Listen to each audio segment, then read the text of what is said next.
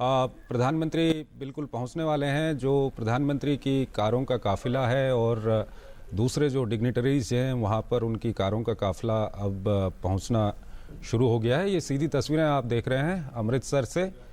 और अमृत, हम आपसे बातचीत जारी रखेंगे। आतंकवाद को लेकर अगर हम बातचीत करें तो क्यों ये पूरा जो सम्मेलन है उसके आसपास अगर हम अफगानिस्तान की बात करें, भारत की बात करें, या जिस तरह के आतंकवादी कारनामे हुए हैं, जो आतंकी हमले हुए हैं अफगानिस्तान में भी हुए हैं, भारत में भी हुए हैं, उस सब के बीच इस कॉन्फ्रेंस को किस तरह से आप देख रहे हैं? मैं उसकी बात कर लेता हूं, पर आप ये जो सीधी तस्वीरें देख रहे हैं, बिल्कुल। प्रधानमंत्री और राष्ट्रपति गनी कॉन्फ्रेंस के वेन्यू पे पहुंच गए हैं और वहां पर उनको रिसीव किया जा रहा है। अब दोनों ही डिग्निटरीज जो सुबह एक बायलैटरल मीटिंग आपस में करके आए हैं, ये यहाँ पर जो एकत्रित फॉरेन मिनिस्टर्स और सीनियर ऑफिशियल्स जो डेलीगेशंस को लीड कर रहे हैं, उनके साथ अभी एक ग्रुप फोटो करेंगे। उस फोटोग्राफ के बाद इनॉग्रल सेरेमनी होगा। तो ये हम सीधी तस्वीरें आपको यहाँ से दिखा रहे हैं जो कॉन्फ्रेंस के वेन्यू से। और ये 6th मिनिस्टेरियल कॉन्फ्रेंस जिसको दोनों ही लीडर्स जॉइंटली इनॉग्रेट करेंगे, क्योंकि अफगानिस्तान चेयर है इस कॉन्फ्रेंस की, वो परमानेंट चेयर है। इस बार इंडिया को चेयर है, इसीलिए ये कॉन्फ्रेंस इंडिया में अमृतसर में पहली बार होस्ट की जा रही है। तो दोनों लीडर्स इस वक्त कॉन्फ्रेंस के वेन्यू पे पहुंच चुके हैं और जो भारत की तरफ से वित्त मंत्री अरुण जेटली इसको मिनिस्टेरियल कॉन्फ्रेंस को लीड कर रहे हैं और अफगान फॉरेन मिनिस्टर लीड कर रहे हैं। स्लोवाकिया के फॉरेन मिनिस्टर यूरोपियन यूनियन को रिप्रेजेंट कर रहे हैं, वो क्योंकि स्लोवाकिया करंटली यूरोपियन यूनियन की चेयर है। और अफगानिस्तान के, ईरान के, किर्गिस्तान के फॉरेन मिनिस्टर्स हैं। बाकी जो तमाम कंट्रीज पार्टिसिपेटिंग हैं और ऑर्गेनाइजेशंस पार्टिसिपेटिंग हैं और सपोर्टिंग कंट्रीज हैं, उनके यहाँ डिप्टी फॉरेन मिनिस्टर लेवल के अधिकारी के मंत्री और या उनके एम्बेसडर लेवल के अधिकारी इसको इसमें शिरकत कर रहे हैं। अमृत, इस्तांबुल प्रोसेस, इसको किस तरह से समझाएंगे आप हमारे दर्शकों को? देखिए, इस्तांबुल प्रोसेस एसेंशियली एक प्रोसेस था जो तुर्की में शुरू हुआ 2011 में। अफगानिस्तान की जंग के बाद उसमें स्टेबिलिटी कैसे लाई जाए और इकोनॉमिक रोड मैप कैसे वर्कआउट किया जाए। तो इसमें पहले 8 कंट्रीज थे, बाद में और कंट्रीज जुड़े। तो अब इसमें 14 पार्टिसिपेटिंग कंट्रीज हैं जो इसका पार्ट है। और जो तमाम कंट्रीज एसोसिएटेड रहते हैं जो अफगानिस्तान में काम कर रहे हैं, जैसे यूनाइटेड स्टेट्स है, ऑस्ट्रेलिया है, ये कंट्रीज सपोर्टिंग कंट्रीज हैं। पार्टिसिपेटिंग कंट्रीज में जो हार्ट ऑफ एशिया या इस्तांबुल प्रोसेस और अफगानिस्तान के पार्ट हैं, उनमें अहम इंडिया, चाइना, पाकिस्तान, ईरान, ये अहम कंट्रीज हैं और कुछ सेंट्रल एशियन कंट्रीज हैं। और तमाम ऑर्गेनाइजेशंस जैसे वर्ल्ड बैंक, नेटो की वहाँ प्रेजेंस है, आईसैप की प्रेजेंस है, एससीओ है।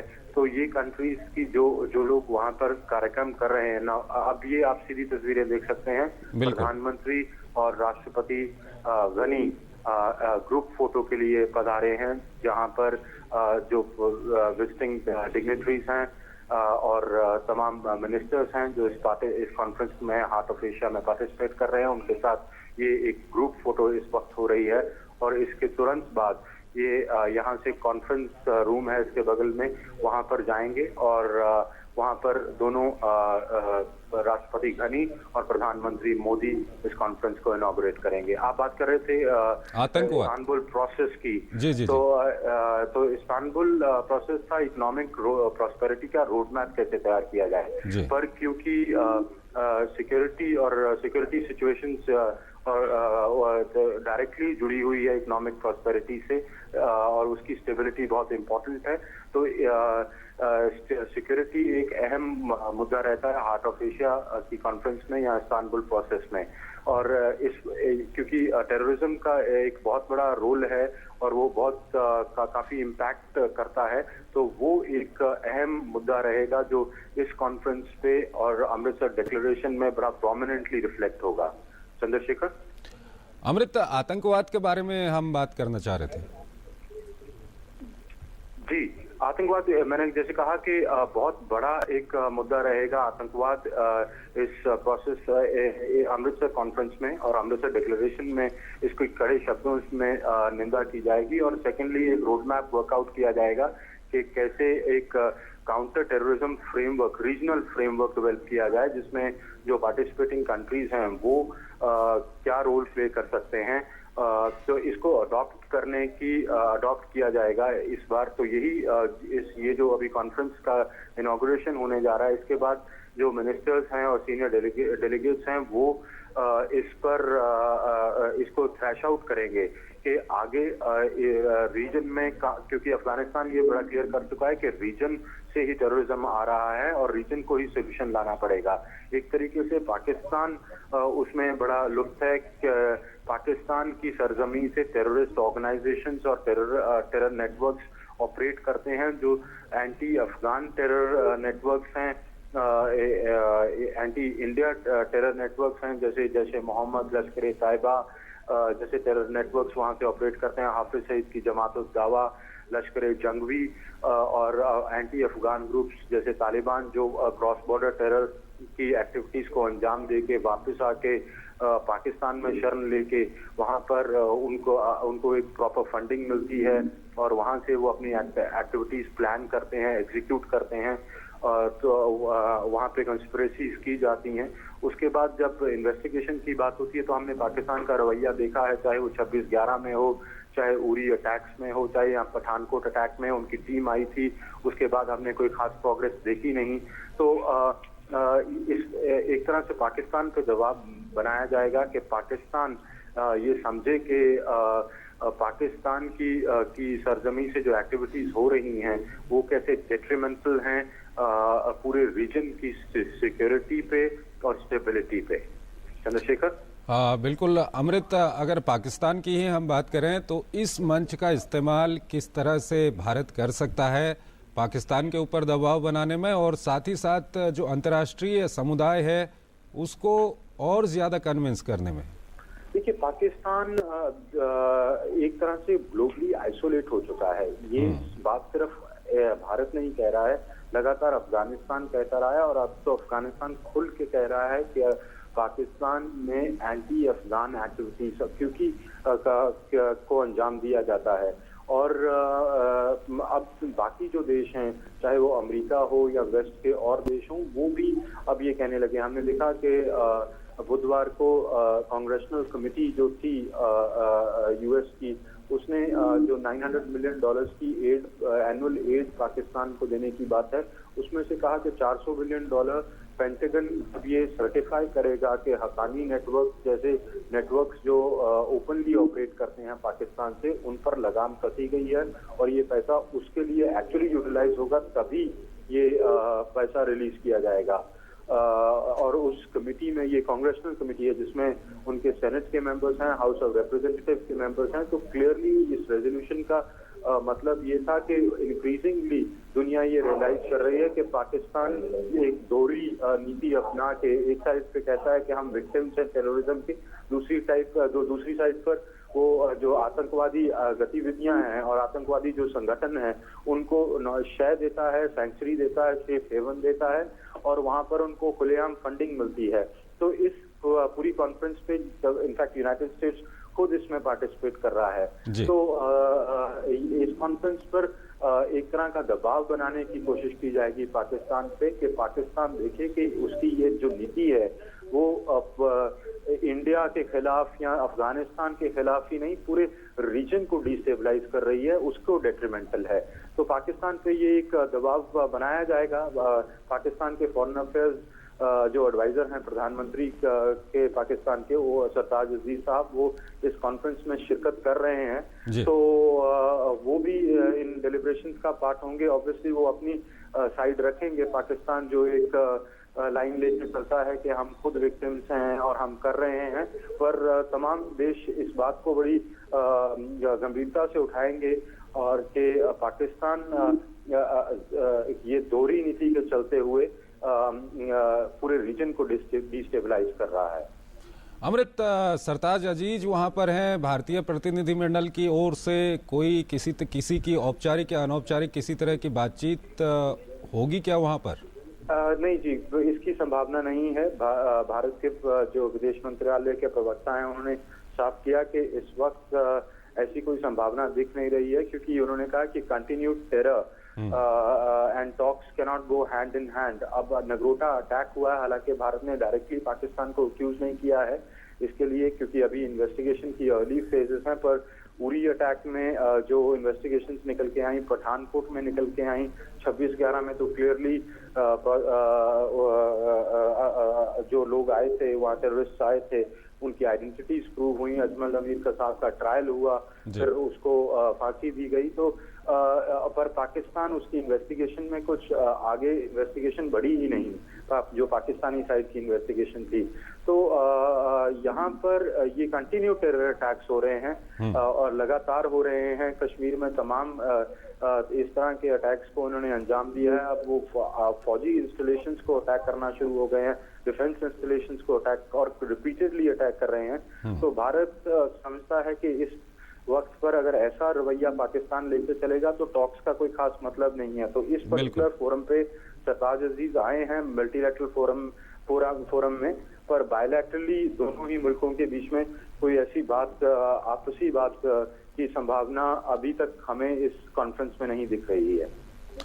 अमृत, ये तो एक मुख्य मसला रहेगा आतंकवाद पर सभी मुल्कों को अपने साथ लाकर पाकिस्तान पर दबाव बनाना, और उसके अलावा क्षेत्रीय, अंतर्राष्ट्रीय और आपसी हितों के वो कौन कौन से मसले हो सकते हैं जिनको लेकर के यहाँ पर बातचीत हो सकती है? अमृत, देखिए, हार्ट ऑफ एशिया या इस्तांबुल प्रोसेस ऑफ अफगानिस्तान जो है, ये एसेंशियली जैसे मैं कह रहा था कि 2011 में शुरू किया गया था कि अफगानिस्तान में इकोनॉमिक प्रॉस्पेरिटी का फ्यूचर रोड मैप क्या है। उसके बाद ये तमाम कंट्रीज में ये कॉन्फ्रेंसेस होती रही। ये छठी कॉन्फ्रेंस है जो हो रही है, छठी मिनिस्टरियल कॉन्फ्रेंस, और अमृतसर में या भारत में पहली बार हो रही है। इस कॉन्फ्रेंस पे जनरली एक अगले पूरे साल का रोड मैप तैयार किया जाता है। तो ये देखा इस कॉन्फ्रेंस पर ये देखा जाएगा कि पिछले जो साल में अचीवमेंट्स क्या रही, जो रोड मैप था उसको रिकैलिब्रेट किया जाएगा।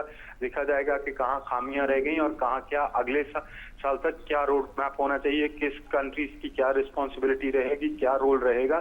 तो ये एसेंशियली एक इकोनॉमिक प्रॉस्पेरिटी और उसके लिए अफगानिस्तान सेंट्रिक कॉन्फ्रेंस होती है। पर क्योंकि बाकी के रीजन में चाहे वो मूवमेंट ऑफ गुड्स हो, चाहे वो ट्रेड हो, चाहे वो कनेक्टिविटी हो, तो वो पूरे रीजन को अफेक्ट करता है। मान लीजिए अभी जो ट्राइपार्टाइट एग्रीमेंट हुई इंडिया, ईरान और अफगानिस्तान के बीच में, जब प्रधानमंत्री तेहरान गए थे तब तो चाबहार पोर्ट के थ्रू ट्रेड। अमृत, अभी इस वक्त प्रधानमंत्री वहां पर पहुंच चुके हैं। ये सीधी तस्वीरें आप देख रहे हैं अमृतसर से, जहां पर मंत्री स्तरीय सम्मेलन हार्ट ऑफ एशिया जो कॉन्फ्रेंस है उसका शुरू होने वाला है, जिसका प्रधानमंत्री मोदी और अफगानिस्तान के राष्ट्रपति गनी उसका उद्घाटन करेंगे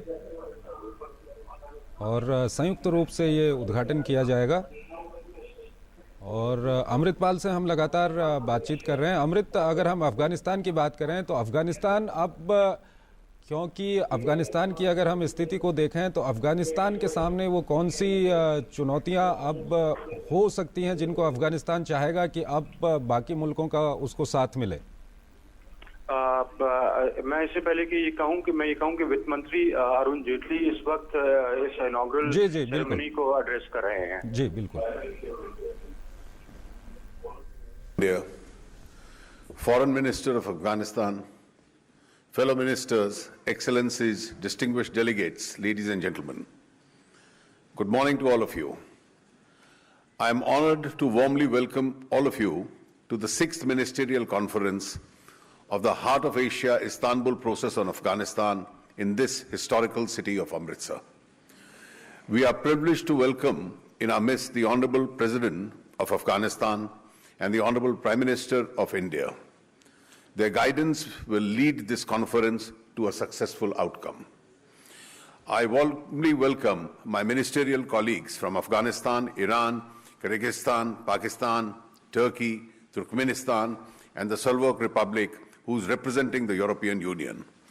I also welcome warmly the heads of delegations from all participating countries, and supporting international organizations as well as their delegations. We are very happy to see delegations from the guest countries and appreciate their interest in the Heart of Asia process. Excellencies, today's conference represents the 6th edition of the ministerial meeting of the Heart of Asia Istanbul process, which began in Istanbul in 2016.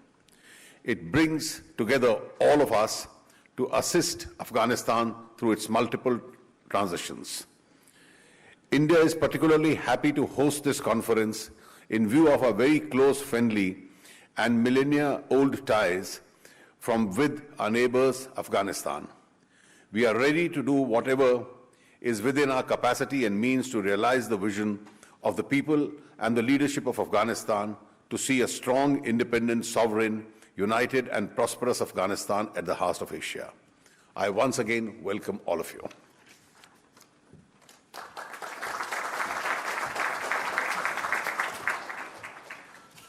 Thank you, sir. May I now invite the Foreign Minister of the Islamic Republic of Afghanistan, His Excellency Mr. Salahuddin Rabbani, to deliver his remarks.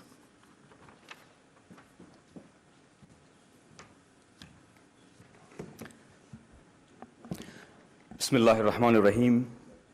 Excellency President Muhammad Ashraf Ghani, Excellency Prime Minister Narendra Modi, Honorable Foreign Ministers, distinguished heads of delegations, Excellencies, ladies and gentlemen, I join Minister Arun Jaitley in extending a very warm welcome to the participating countries, as well as supporting countries and organizations to the 6th Ministerial Conference of the Heart of Asia Istanbul process.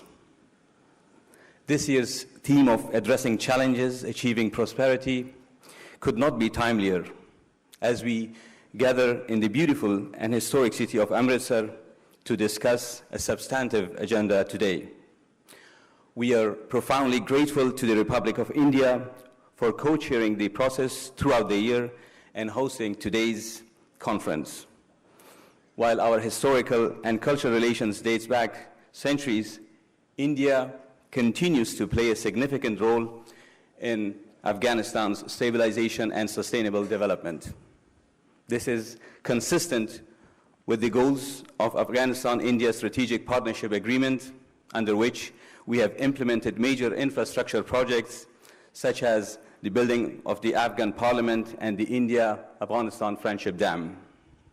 Indeed, our progress so far would not have been possible without the hard efforts of the previous co-chairs and hosts of this important process. In this regard, we remain grateful to the Republic of Turkey, the Republic of Kazakhstan, the People's Republic of China, and the Islamic Republic of Pakistan. I also want to recognize our esteemed guests attending this conference, the Austrian Republic, Republic of Latvia, the Bulgarian Republic, and the Republic of Uzbekistan. We look forward to facilitating their joining the Heart of Asia process as participating and supporting countries in the coming years. At the same time, we welcome with gratitude the Kingdom of Saudi Arabia's decision to join and support our collective efforts under all the confidence-building measures. And we thank the Aga Khan Development Foundation for joining and supporting the disaster management confidence-building measure. Please allow me to extend our sincere gratitude to the Republic of Azerbaijan for accepting to be the co-chair and host of the next ministerial conference in 2017. Given the regional connectivity projects underway, especially in the light of the Lapis Lazuli Corridor Agreement to be finalized soon, Azerbaijan's decision to co-chair this process is timely and much appreciated. Excellencies, strengthening regional cooperation remains an important pillar of Afghanistan's foreign policy. The Heart of Asia process has been instrumental in furthering this objective, as it enables all of us to collaborate on a wide range of security and development issues of common interest and concern. Since November 2001, When we first met, the Heart of Asia region has increasingly recognized the nature of our interdependent fate. This requires that we all work together to stabilize Afghanistan and to bolster region's security and to unleash and harness our collective potential for ensuring prosperity throughout the Heart of Asia region. Ladies and gentlemen, despite our gains in this process, there is much to be done to address the remaining challenges. Lingering security threats posed by terrorism and radicalism remain our primary concern. In this regard, I am pleased to report that the initial draft of the Heart of Asia counterterrorism strategy, which has been drafted in response to Article 25 of the Islamabad Declaration, was shared with all the countries participating in the counterterrorism CBM this past October. We are grateful to the Russian Federation and the Republic of Turkey for sending us their feedback as we encourage others to follow suit soon. This would enable us to finalize the strategy for endorsement in a high-level regional security conference to be held in Kabul. Excellencies, ladies and gentlemen, to make the process more result-oriented, I would like to draw your attention to a progress assessment of the CBMs, which was recently launched by our Regional Cooperation Directorate. I encourage the participating and supporting partners of the process to study the progress assessment and consider implementing its vital recommendations. Doing so will go a long way in actually executing our common objectives while addressing Afghanistan's and regional needs. Let me conclude by extending our sincere appreciation to the Republic of India for its remarkable leadership as this year's co-chair, and to Azerbaijan for their willingness to co-chair and the process in 2017. I also appreciate the European Union's support to the Heart of Asia team at the Regional Cooperation Directorate at the Ministry of Foreign Affairs. I thank you.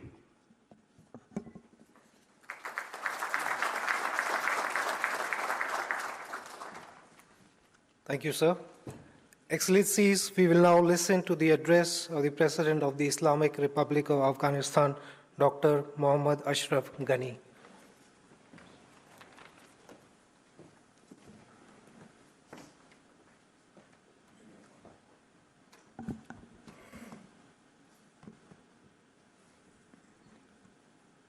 Bismillahir Rahmanir Rahim. In the name of God, the compassionate, the merciful. Prime Minister Modi, distinguished foreign ministers and other ministers, heads of delegations, ladies and gentlemen. Heart of Asia is meeting at a time of great opportunity and significant threats for Afghanistan, with Asia-wide and global implications. Taking stock of the emerging patterns and trends of the year since our meeting in Islamabad last year will help us prepare for 2017 and beyond. But let me first begin by thanking you and the Indian people for hosting us today in the historic and beautiful city of Amritsar, a city that used to be the center of bills of exchange and commerce connecting India to Central Asia, Russia, and Middle East and beyond. And thank you for the visit to the Golden Temple. It was an exceptionally moving event. Mr. Prime Minister, you honored us by visiting Afghanistan twice this year to inaugurate two important iconic projects. The Afghan Parliament will stand as an enduring testament of the enduring relationship between the world's largest democracy and a people in government committed to the realization of democratic rights and obligations of a free citizenry enshrined in our Constitution. The Afghan-India Friendship Dam at Salma, generating 42 megawatts of power and storing 650 million cubic meters of water, and finished after 40 years of waiting, will bring light and improved lives to the people of Herat. No wonder that your visit was greeted with spontaneous celebrations across Afghanistan. Equally significant, the trilateral agreement signed in Tehran between India, Iran, and Afghanistan on the port of Chabahar is a major step in transforming Afghanistan from a landlocked country to a land bridge. Your words, assuring the Afghan people of the support of 1.25 billion strong Indian people, have been quickly matched by deeds, as demonstrated by your pledge of $1 billion of new development assistance. As we have welcomed nearly 1 million of our refugees, the new portfolio of programs and projects made possible by your assistance will reproduce, expand, and consolidate the billions of historic bonds between the two nations dedicated to empowerment of their people in peace and prosperity through cooperation. The agreed cargo air corridor to be soon launched will give Indian and Afghan consumers and producers unimpeded access to each other's products and services. Afghan students, over 20,000 of whom are currently enrolled in India, are marked for playing a significant role in leading and managing Afghanistan's transition to prosperity and stability. India's support is impressive both in its scale and its system of delivery. India's assistance is state-to-state, aimed at improving people's lives and well-being. It is transparent and without strings attached. There are no hidden agreements in secret conditions. It is convergence of interests and values of two states inspired by the belief in cooperative advantage. Thank you. Ladies and gentlemen, the renewal of international commitment to the people of Afghanistan during 2016 has been impressive. President Obama's historic decision in committing U.S. forces will be respected and remembered by us as a decision for securing our future. We thank the President and his national security team for respecting the sacrifice of our defense and security forces and for trusting our resolve to fight corruption and putting our house in order.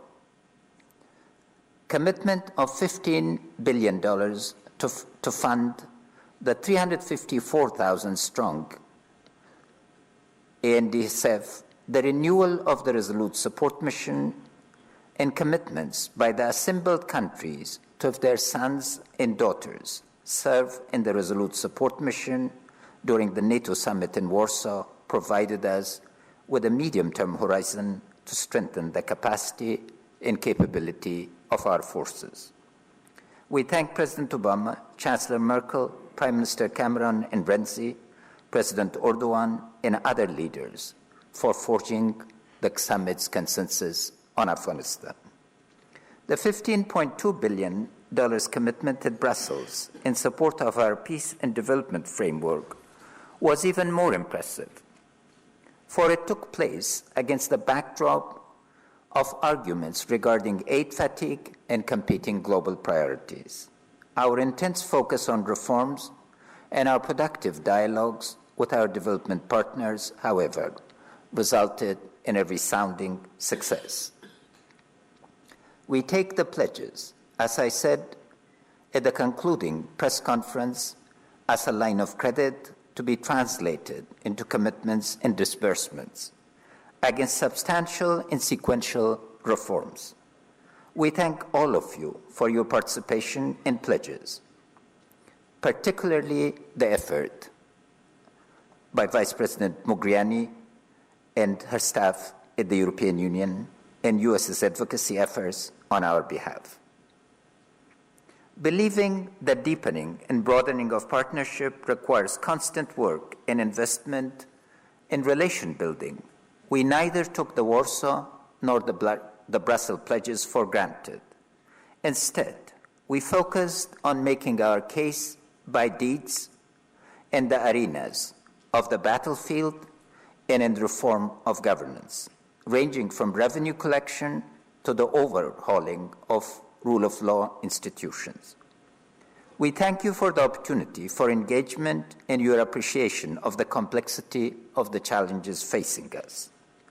With the medium-term horizon made possible by Warsaw and Brussels, we are now embarking on an earnest effort to ensure the stability and security of our country and the well-being of our people. Momentum towards this objective, however, requires a framework and an action plan for addressing the distinctively Asian, or more accurately, the Eurasian dimensions of our potential, as Russia is a significant stakeholder and interlocutor, so that our potential and our problems can be faced. Hence the relevance of today's deliberations in the Heart of Asia Istanbul process and the relevance to Afghanistan in Asia's linked destiny. Let me thank the government of Turkey for having formulated the Istanbul process, a dialogue that successively is becoming more productive and encompassing in equally the Republic of Kazakhstan, the People's Republic of China, and the Islamic Republic of Pakistan for previously hosting this conference. And let me extend our thanks to Azerbaijan for agreeing to co-host the next year's meeting. Excellencies, ladies and gentlemen, Asia's transformation from a concept into a continental economy on the one hand, and the terrible price wrought by the fifth wave of political violence and terrorism on our societies and polities, on the other, define the stage for the realization of our potential and the setting for our problems. Connectivity, as the experience of North America and the first global surge in investment in transportation in the 19th century shows, is the key to weaving a landmass into an integrated economic system. Independent states of Central Asia and the Caucasus have demonstrated the transformative impacts of investing in connectivity. Turkmenistan articulated the concept of connectivity corridors in September 2014 and sustainable transportation last week. Afghanistan is a major beneficiary of this approach, as our people are celebrating the inauguration of the dry port of Aqina on October 28 across our land. Aqina's impact is in its network effect, for it enables access to the enormous transportation network that links Turkmenistan to the system of its neighbors and their neighbors. Kazakhstan, Azerbaijan, Georgia on the one side, and of course then Uzbekistan, Kazakhstan, to Russia and beyond in Europe. Equally, the arrival of the first consignments of goods from China through Uzbekistan to the port of Hayratan is a demonstration of the flows to come. We are very pleased with our intense dialogue with the leadership of Uzbekistan and China and look forward to the increasing scale of our interactions. Equally significant is the tripartite agreement between India, Iran, and Afghanistan on the port of Chabahar and the project under implementation to link the city of Herat to the Iranian railway and port system. The reduction in cost of transport and unpredictability will enable us to increase the effectiveness and efficiency of our developmental efforts, thereby bringing visible changes to the lives of our people. When network and cluster effect combine, the scale of change becomes irreversible. Each new connection produces a network effect, but when the points are connected to each other, it produces a combined developmental impact that can lift our people from poverty to prosperity. TAPI is an illustration of cluster effect. Initially conceived as a pipeline, the concept is now being broadened to a cluster of a pipeline, transmission line, fiber optic network, a railway, roads, and airports, creating an integrated system of connectivity between Turkmenistan, Afghanistan, Pakistan, and India.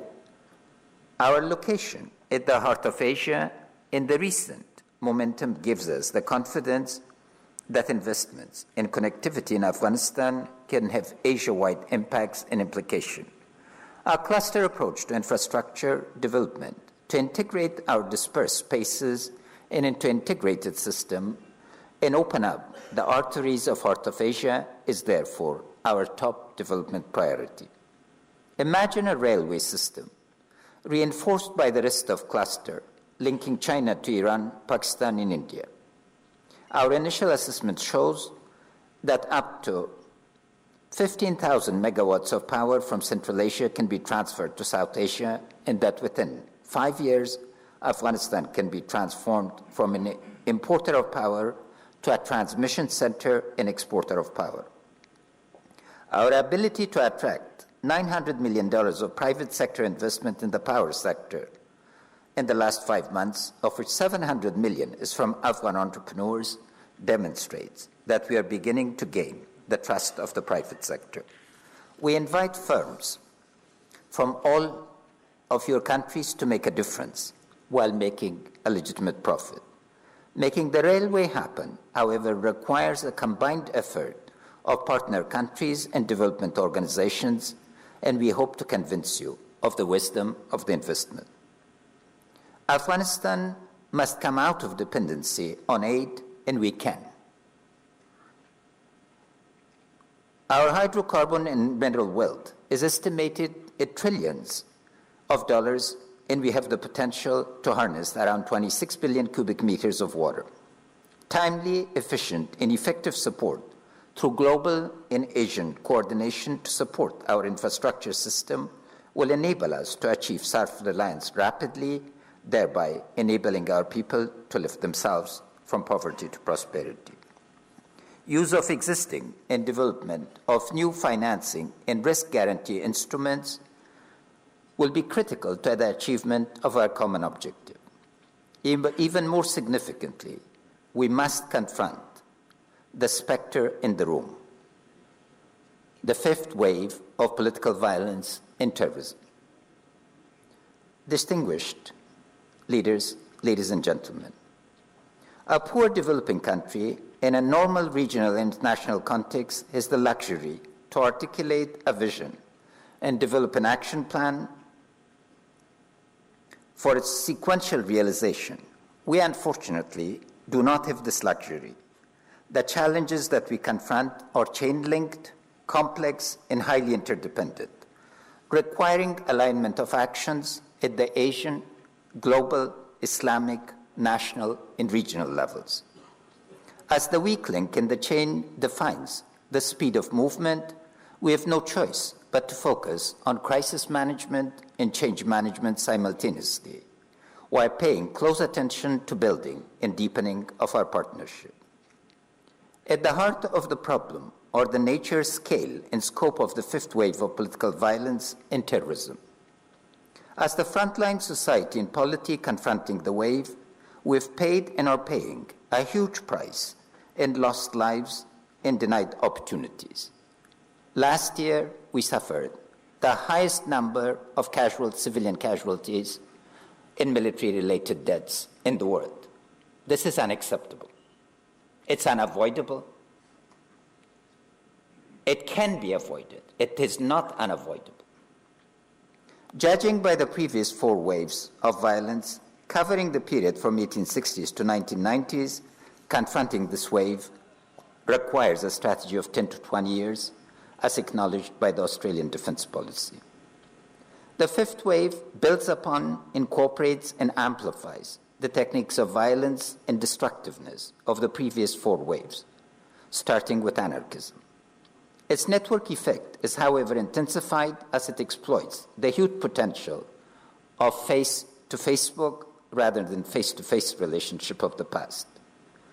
As disrupting the social contract between the citizen and the state through an all-out attack on freedoms embodied in the creation of the nation-state and the international system is the core objective of the fifth wave. Mobilization of the state system at all levels is crucial to defeating and destroying this wave of violence against citizens and states. we see 5 interrelated phenomena.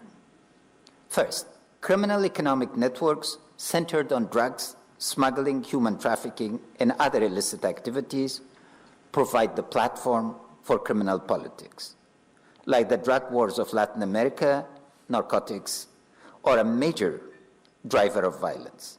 Second, close to 30 groups classified as terrorists by the United Nations are attempting to establish a base in our country in order to destabilize their countries of origin in the region and the world.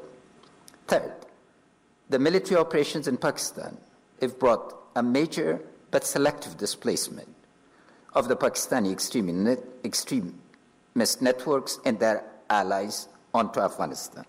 Fourth, despite our intense engagement with Pakistan on bilateral and multilateral basis, the undeclared war, the name that I give to the phenomena in winter of 2014, not only has not abated, but also intensified during 2016, with special intensity right after the Brussels conference. Our highest rate of use of force and organized defense of our country took place between October 4th and November 28th.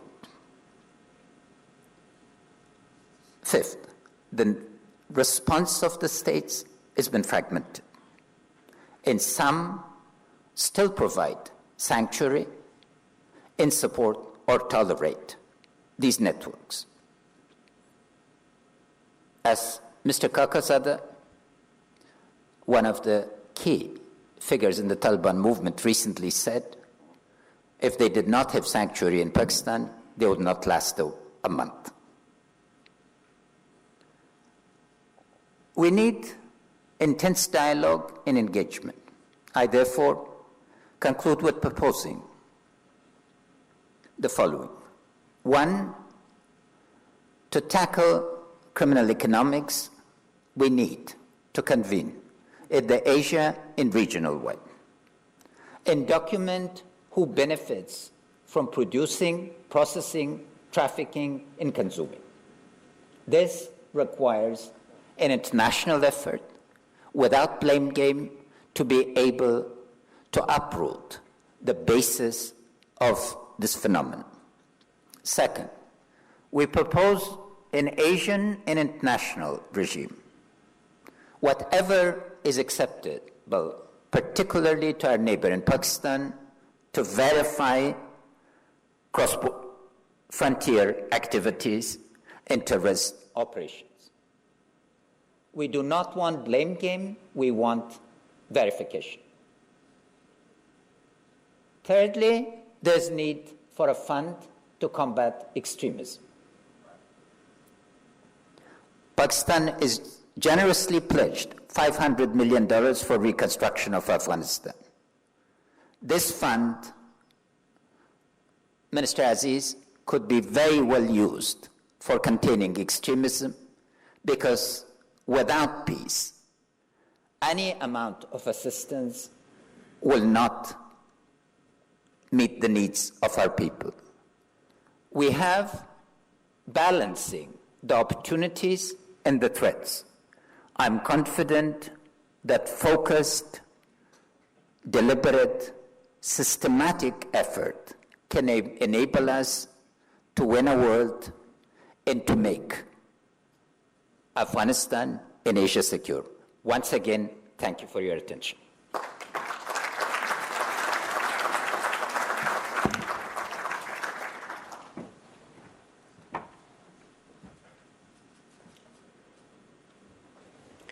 Thank you, Mr. President.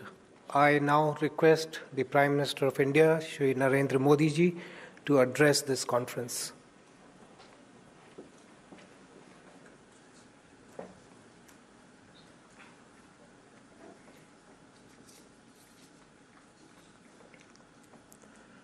Your Excellency, Dr. Mohammad Ashraf Ghani, President of the Islamic Republic of Afghanistan, Your Excellency Salahuddin Rabbani, Foreign Minister of the Islamic Republic of Afghanistan, my colleague minister, Sri Arun Jaitley ji, foreign ministers, heads of the delegations, ladies and gentlemen, Namaskar,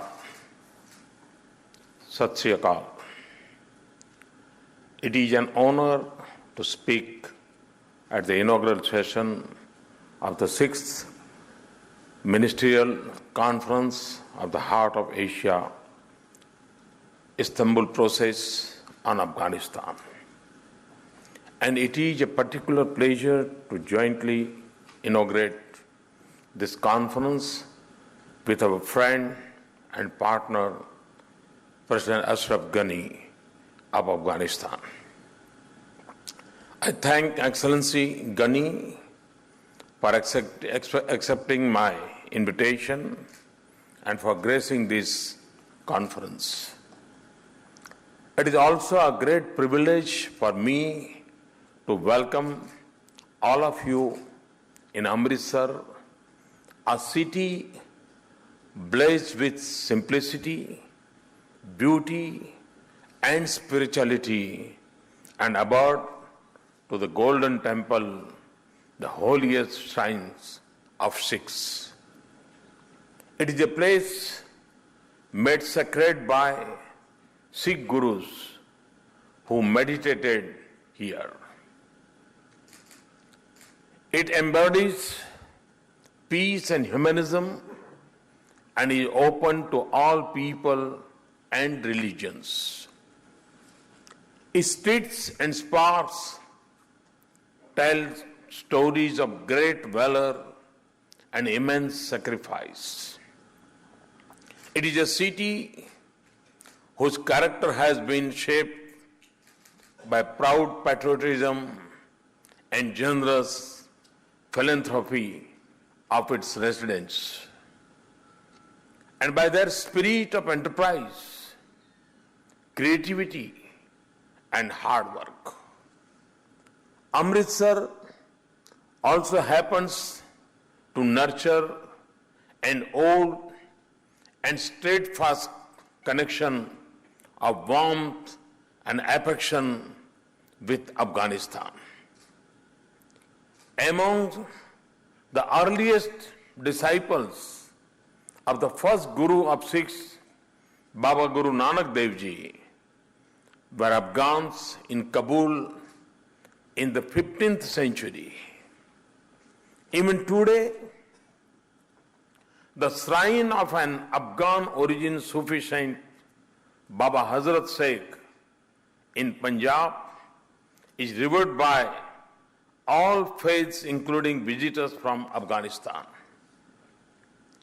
The flow of trade, people, and ideas through our region has often intersected in Amritsar on one of the Asia's oldest and longest surface arteries, the Grand Trunk Road. Amritsar reinforces the value of restoring connectivity, which is so crucial for the overall growth, stability, and economic prosperity of Afghanistan. Excellencies, ladies and gentlemen, since the turn of this century, the international community has extensively engaged in Afghanistan. Major powers, regional countries, and concerned nations from around the world have cooperated through multiple programs of political, social, military, economic, and developmental support. Our gathering today reaffirms the commitment of the international community to durable peace and lasting political stability in Afghanistan. Our words and actions remain focused at advancing a critical unfinished mission of our time. And That is to help Afghanistan build and strengthen its social, political, and institutional fabric, secure its territory and citizens from external threats, spur its economic and development activity, and stage a stable and prosperous future for its people. Indeed, this is also the intent of this conference, aptly captured in its theme, addressing challenges, achieving prosperity. We have no doubt about the scale of the challenge, but we are equally determined to succeed. The results of our collective efforts thus far have been hard-won but mixed. There have been important successes. Much more remains to be done.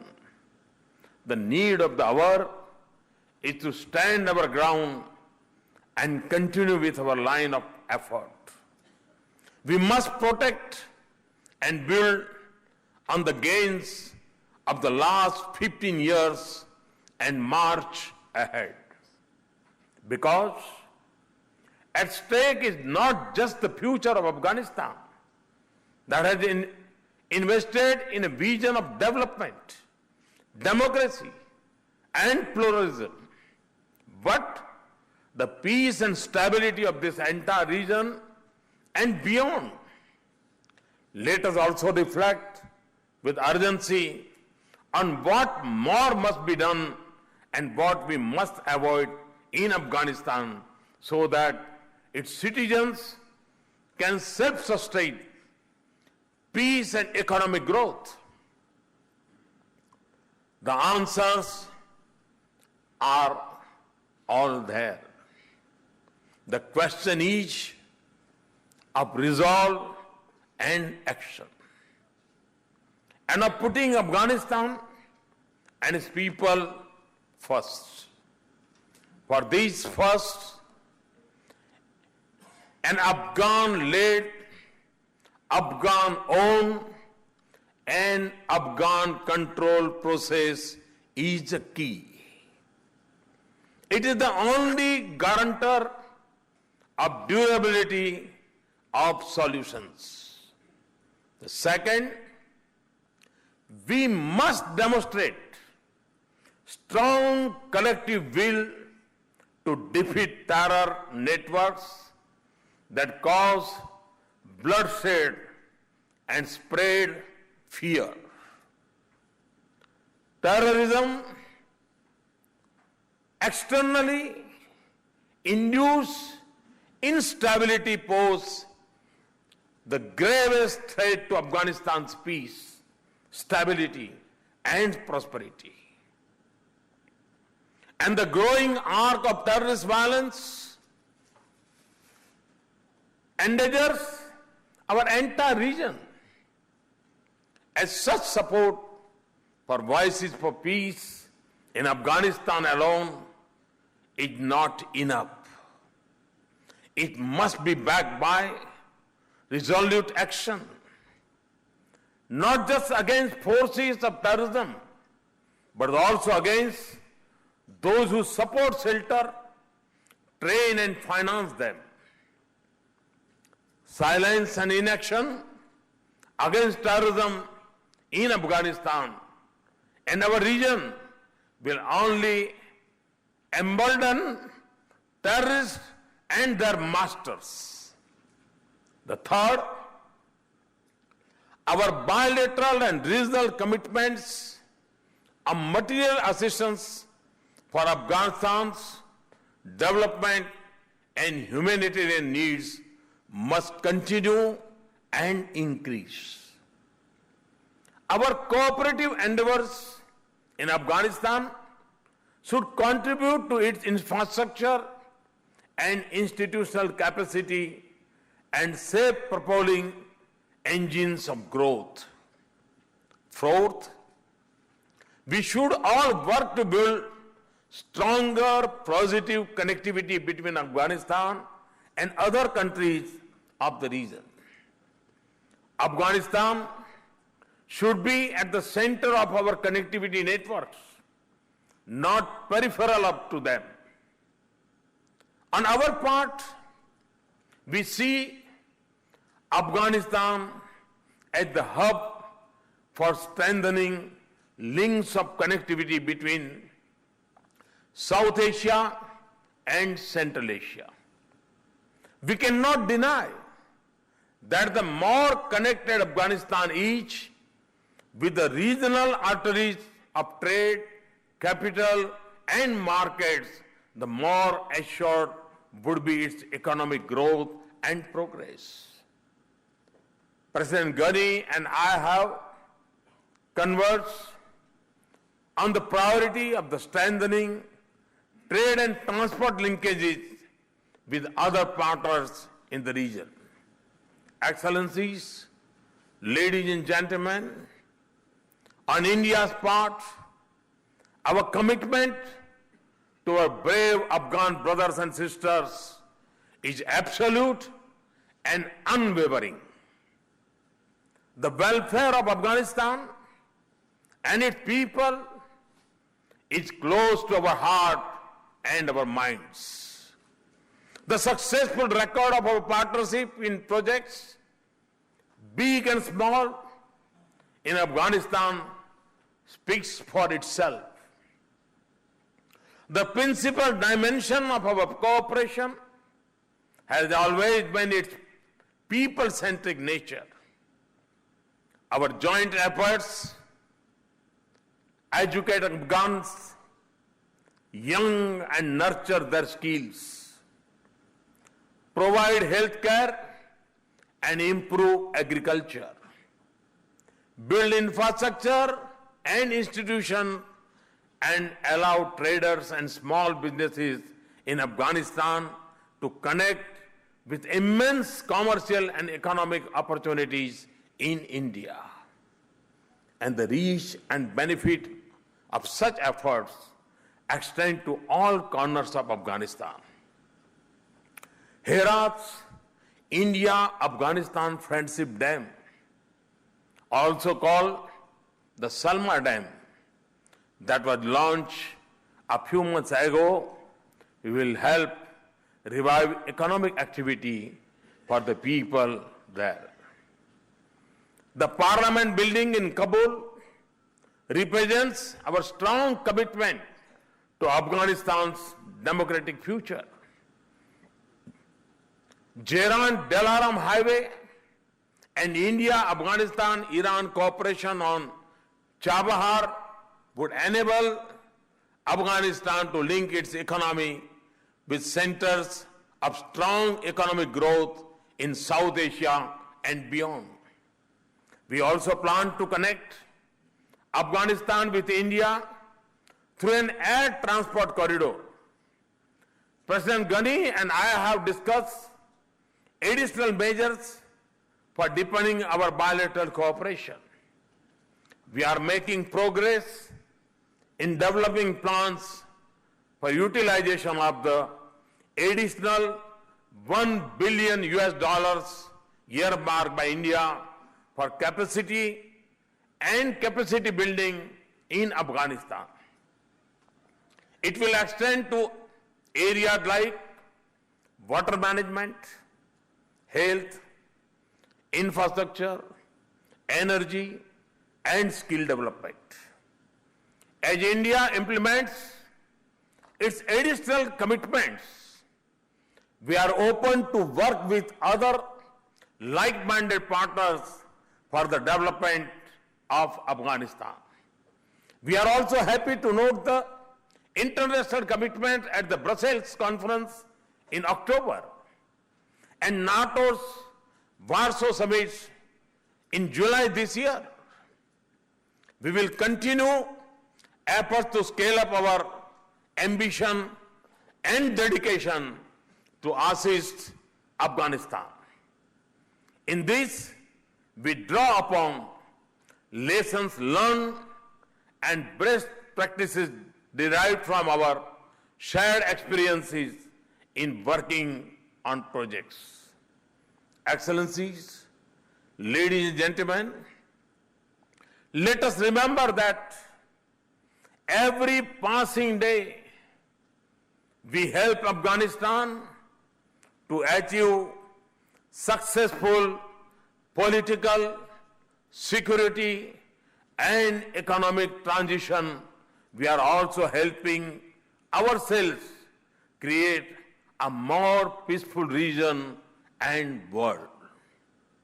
I hope that your deliberations will produce constructive and forward-looking pathways for action that promote cooperation in place of conflict, development in place of need, and security in place of terrorism. Let us rededicate ourselves to making Afghanistan a geography of peace, a place where reason and peace succeeds, progress and prosperity prevails, and democracy and plurality wins. Thank you. Thank you very much.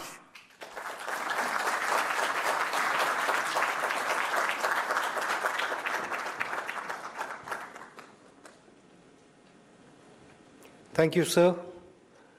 To conclude this inaugural session, I would now like to invite Dr. General V.K. Singh to address the vote of thanks.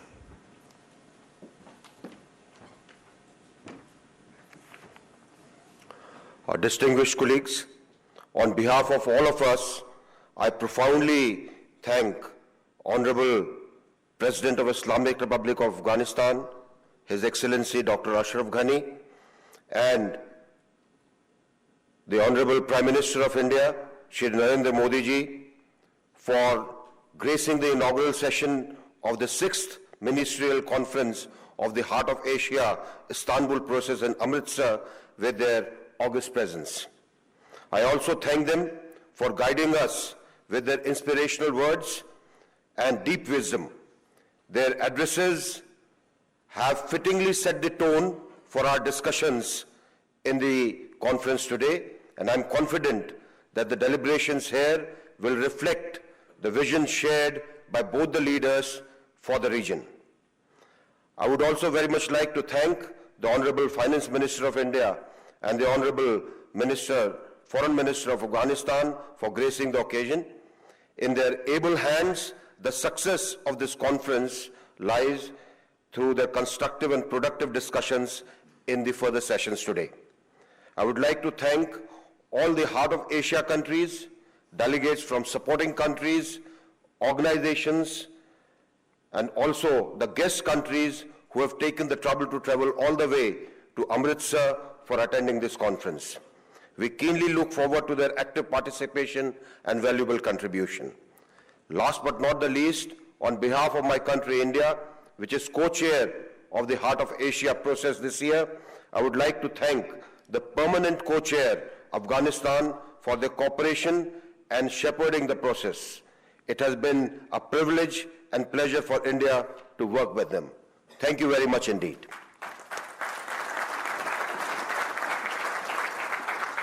Excellencies, please remain seated while the principals leave the conference hall. I would also like to announce that there will be a 15 minutes tea and coffee break thereafter.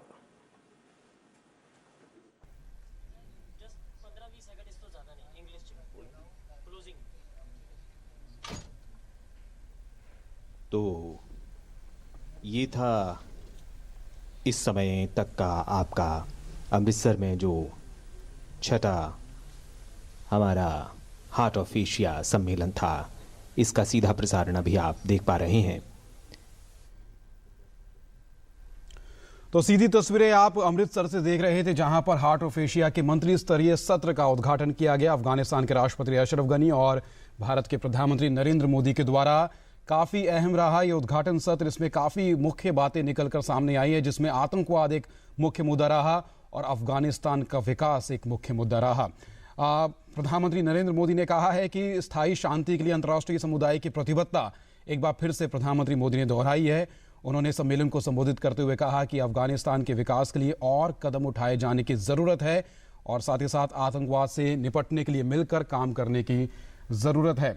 उन्होंने कहा कि अफगानिस्तान का विकास हमारे heart, हमारे दिल के करीब है और चाबहार के जरिए अफगानिस्तान कनेक्टिविटी का एक अहम जरिया बनेगा और अफगानिस्तान को शांति की जगह बनाने के लिए पूरी दुनिया को मिलकर काम करना होगा।